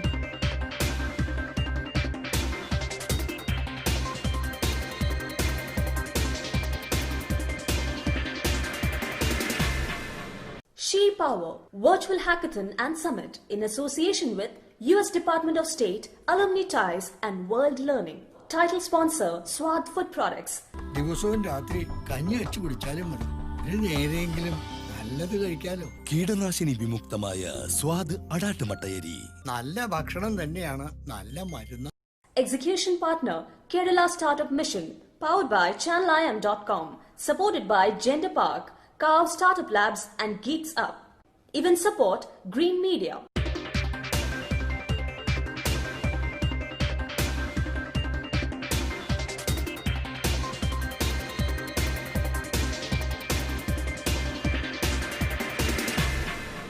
She Power Virtual Hackathon and Summit in association with US Department of State, Alumni Ties and World Learning.